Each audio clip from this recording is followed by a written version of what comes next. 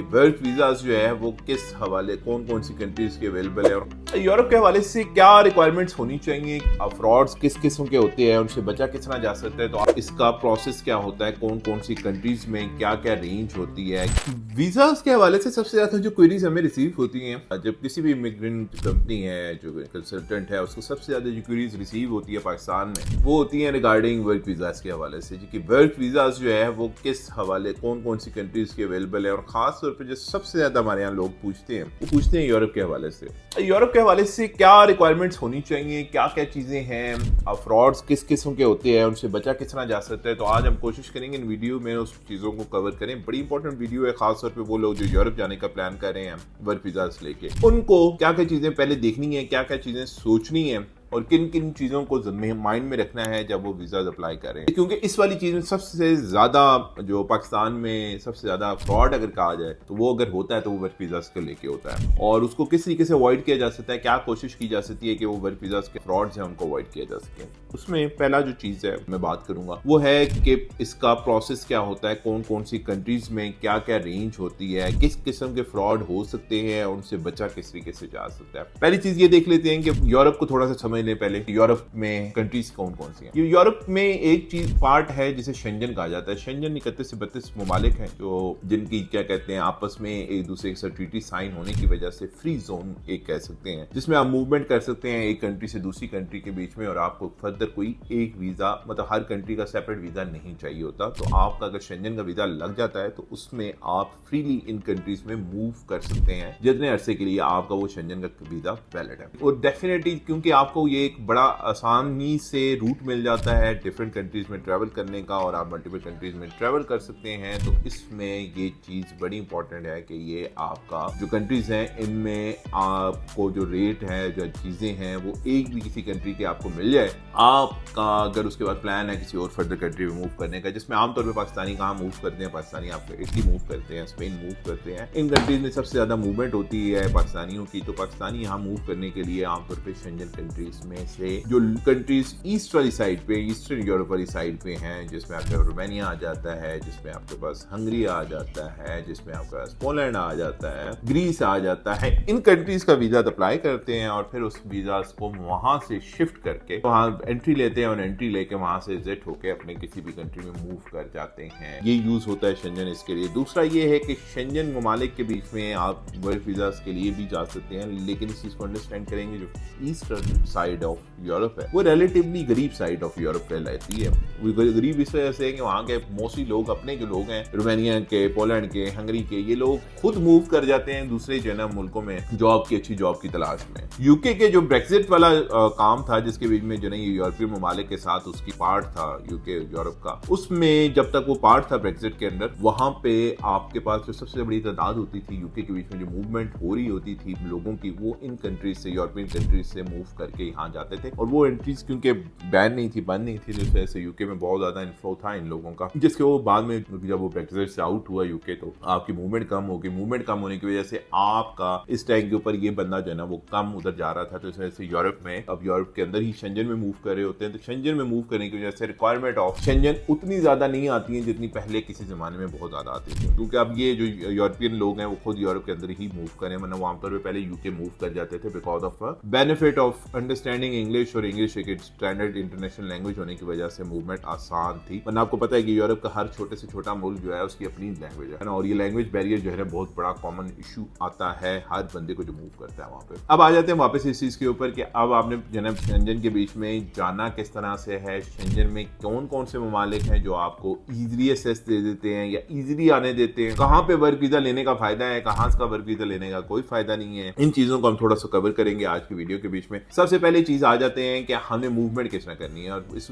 Fraud से बचना कैसे है कि मूवमेंट में हमारे साथ शेंजन में मूव होते हुए कोई फ्रॉड ना हो। पहले तो कोशिश करें कि डन बेस के ऊपर जो है वीजा की बात करें, जिस से भी बात करें उसको कहेंगे कि डन बेसिस पे करवा के दें, ठीक है ना, आप हमारे से पैसे ज्यादा ले लें लेकिन कोई मसला नहीं है, लेकिन हमें डन बेसिस पे करवा के दें, विच मींस कि हम आपको सिक्योरिटी दे देते हैं कि आपकी पेमेंट कहीं नहीं जाएगी, आप हमारा प्रोसेस करवाएं, प्रोसेस होने के बाद आप हमारे साथ ये मेहरबानी करेंगे जो ही आप हमें वीजा हैंड ओवर करेंगे हम आपको आपकी पेमेंट कर देंगे।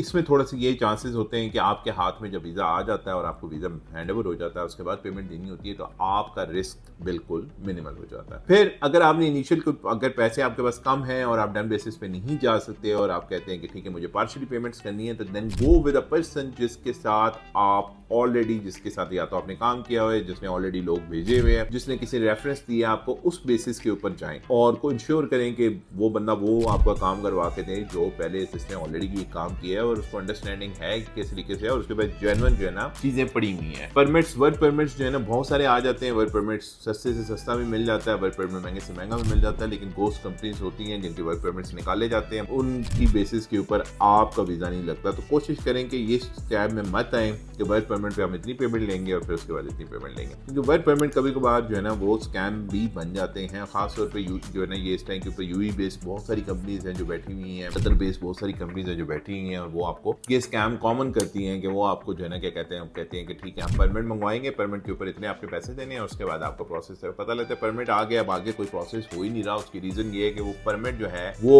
घोस्ट कंपनीज का होता है या ऐसी कंपनीज का होता है जिनकी क्रेडिबिलिटी नहीं होती कि वो जो है ना अपनी कहने के ऊपर किसी को यहाँ से पाकिस्तान से, इंडिया से, बांग्लादेश से बुला सके। तो ये बड़ा इंपॉर्टेंट है कि आपने सिर्फ इस परमिट वाले चक्कर में नहीं आना कि ठीक है जी परमिट आप मंगवा दें तो हम आपको इतने पैसे दे देते हैं और बाकी पेमेंट इसके बाद हो जाएगी। फिर इसके बाद जो है फर्दर आपने किस चीज़ के से इंश्योर करना है कि आपकी चीज़ें ठीक है। आपने उस जो कंपनी की डिटेल्स आई हैं उस कंपनी को वेबसाइट पे जाकर चेक करना है, वेरीफाई करना है कि कंपनी जो है एग्जिस्ट करती है, कंपनी की क्रेडिबिलिटी क्या है, कंपनी ने कितने जो है पैसे जमा करवाए हुए हैं, कितना उसके एनुअल रिटर्न्स हैं, क्या जमा करवाती है कंपनी, कितने एम्प्लॉयज हैं, उसके कहाँ पे लोकेशन है, ये सारी चीज़ें आप ऑनलाइन जाके इसको वेरीफाई जरूर करें। तो ये तो कुछ स्टेप्स हैं जिनकी वजह से आप उस धोखे से या उस फ्रॉड के मत से बच सकते हैं जिसमें आपने शेंजन जाना होता है। अब आपने शेंजन के लिए जो है आपकी ये चीजें कर ली, अब आपने शेंजन के लिए अप्लाई करना है, तो क्या डॉक्यूमेंट्स रिक्वायर्ड होते हैं। शेंजन के लिए अप्लाई करने के लिए, वर्क वीजा के लिए आपको बेसिक रिक्वायरमेंट्स जो होती हैं वो क्या है, उनमें आपका FRC नादरा का, आपका पासपोर्ट, आपका ID कार्ड, आपकी जो है पिक्चर वाइट बैकग्राउंड के साथ, ये चीजें मिनिमम में जो रिक्वायर्ड होती हैं। और कुछ जगहों के ऊपर पुलिस कलेक्टर सर्टिफिकेट इनिशियली ही रिक्वायर्ड होता है। इसके अलावा मेडिकल रिक्वायर्ड होता है जो इनिशियल लेवल के ऊपर रहता है। अगर आपको कोई भी डाउट है अपने बारे में कि मेरे मेडिकल में ये खुदा ना खासा चीज ना आ जाए, तो कोशिश करें कि मेडिकल सबसे पहले करवाएं, ताकि ये ना हो कि आपका पूरा प्रोसेस हो जाए, एट द एंड आपका मेडिकल होता है तो मेडिकल के टाइम आपको जो ना कोई चीज निकल आती है।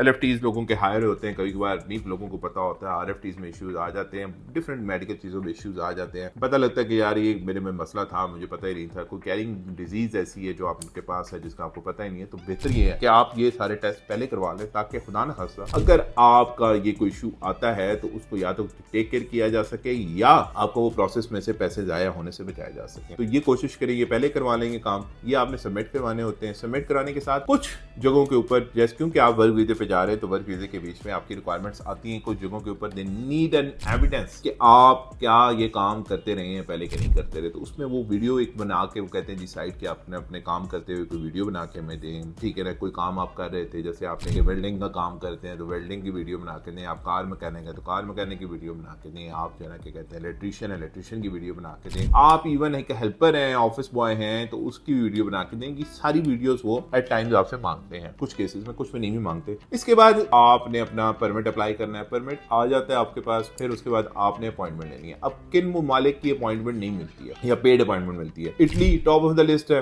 पेड अपॉइंटमेंट मिलेगी, काफी ज्यादा पैसे लगते हैं, ठीक है। तो और पेड अपॉइंटमेंट जो होती है ये एक तरह की रिश्वत होती है, पहले इस चीज को समझें। ये कोई ऐसी पेमेंट नहीं होती जो आपने एडिशनल करनी होती। तो अगर आपने पेड अपॉइंटमेंट ले रहे हैं, तो अगर खुदा न खासा आपका वीजा रिजेक्ट हो जाता है तो आपके पेड अपॉइंटमेंट के सारे पैसे जाया हो जाएंगे। पहली चीज माइंड में रखिएगा। कोशिश करें उन ममालिक के लिए जिनकी पेड अपॉइंटमेंट नहीं होती है या पेड अपॉइंटमेंट के पैसे कम है। उनमें कौन कौन से ममालिक हैं जिनकी पेड अपॉइंटमेंट में पैसे कम है? वो है रोमानिया है, हंगरी है, पोलैंड है। पोलैंड की आजकल वैसे बंद है, रोमानिया की भी बंद हुई है, हंगरी की भी ओपन है। और लेकिन ये बंद ओपन होती रहती है। कंसल्टेंट आपको बता देता है कि किसकी भी ओपन हुई है, वहां पे आप ट्राई कर दें। लग्जमबर्ग की अभी अवेलेबल है, ठीक है ना। इसके बाद आपका वेस्टर्न साइड के ऊपर आपको जो मिल जाती है इजीली, फ्रांस की मिल जाती है, पुर्तगाल की मिल जाती है। ये कुछ कंट्रीज है जो अवेलेबल है। उनकी टाइम टू टाइम चेंज होती रहती है, कभी वो ओपन हो जाती है, कभी बंद हो जाती है। जैसे कुछ एम्बेसीज ओपन हो जाती है, कुछ बंद हो जाती है। स्वीडन की भी एम्बेसी काफी ऐसा बंद रही, पाकिस्तान में भी ओपन हो गई दोबारा। तो ये चलता रहता है। लेकिन ये आपको कंसल्टेंट बता देता है कि आप भाई इस कंट्री वाली साइट पे जाएं, इसकी अपॉइंटमेंट्स ओपन है, इस पे मत जाएं, क्योंकि अपॉइंटमेंट अगर बंद होगी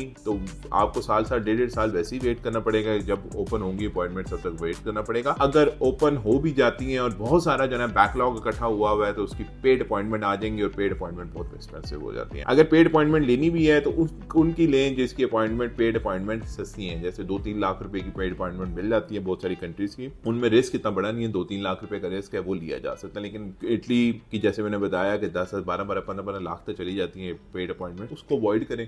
खुदा न खासा अगर रिजेक्शन हो जाती है तो आपका बहुत बड़ा लॉस हो जाता है। इसके बाद आपका आ जाती है नेक्स्ट चीज है कि आपने ये सारा कुछ कर दिया, वर्क परमिट आ गया आपका। अब आपने क्या करना है, वर्क परमिट के बाद आपने अपॉइंटमेंट ले लिया। अपॉइंटमेंट लेने के बाद आपको पता लग जाता है कि मेरा वीजा जो है ना एक्सेप्ट हो गया है या रिजेक्ट हो गया है, वो आपको अपना कंसल्टेंट बता देता है। इंटरव्यू की तैयारी जरूर करके जाएं। इंटरव्यू बड़ा इंपॉर्टेंट काम प्ले करता है इन तमाम चीजों के बीच में। इंटरव्यू के बगैर आपका वीजा लगने के चांसेस नहीं होते हैं। कोशिश करें इंटरव्यू की बेसिक तैयारी जरूर करके जाए, जिसमें आपको जो है ना एक क्वेश्चन आंसर का परफॉर्मा आमतौर पर कंसल्टेंट दे देता है कि ये क्वेश्चन आंसर आमतौर पर पूछे जाते हैं। उनका रट्टा लगा लें, उनको याद कर लें जुबानी, और फिर उसके बाद अच्छे तरीके से परमिट को पढ़ के जाएं। उस परमिट के ऊपर एक ही चीज आपको पता होनी चाहिए कि क्या टर्म्स एंड कंडीशंस हैं, किन टर्म्स एंड कंडीशन पे आपको बुलाया जा रहा है, क्या वहाँ पे आपकी सैलरी होगी, रिहाइश होगी नहीं होगी, खाना पीना कंपनी देगी नहीं देगी। ये बड़ी इंपॉर्टेंट चीजें हैं। कंपनी एग्जिस्ट कहाँ करती है, कंपनी का मैनेजर कौन है जिसने बुलाया आपको, कंपनी जो है ना उसको आपने अप्रोच किस तरीके से किया था, कंपनी को कौन से शहर में कंपनी है, मुल्क जो है ना ये कैसा है, इसके बीच में पॉलिटिकल व्यूज कैसे हैं, आपका यहाँ पे आपको कैसे पता लगा था कि इस जगह इस मुल्क के बीच में ये जॉब्स अवेलेबल हैं।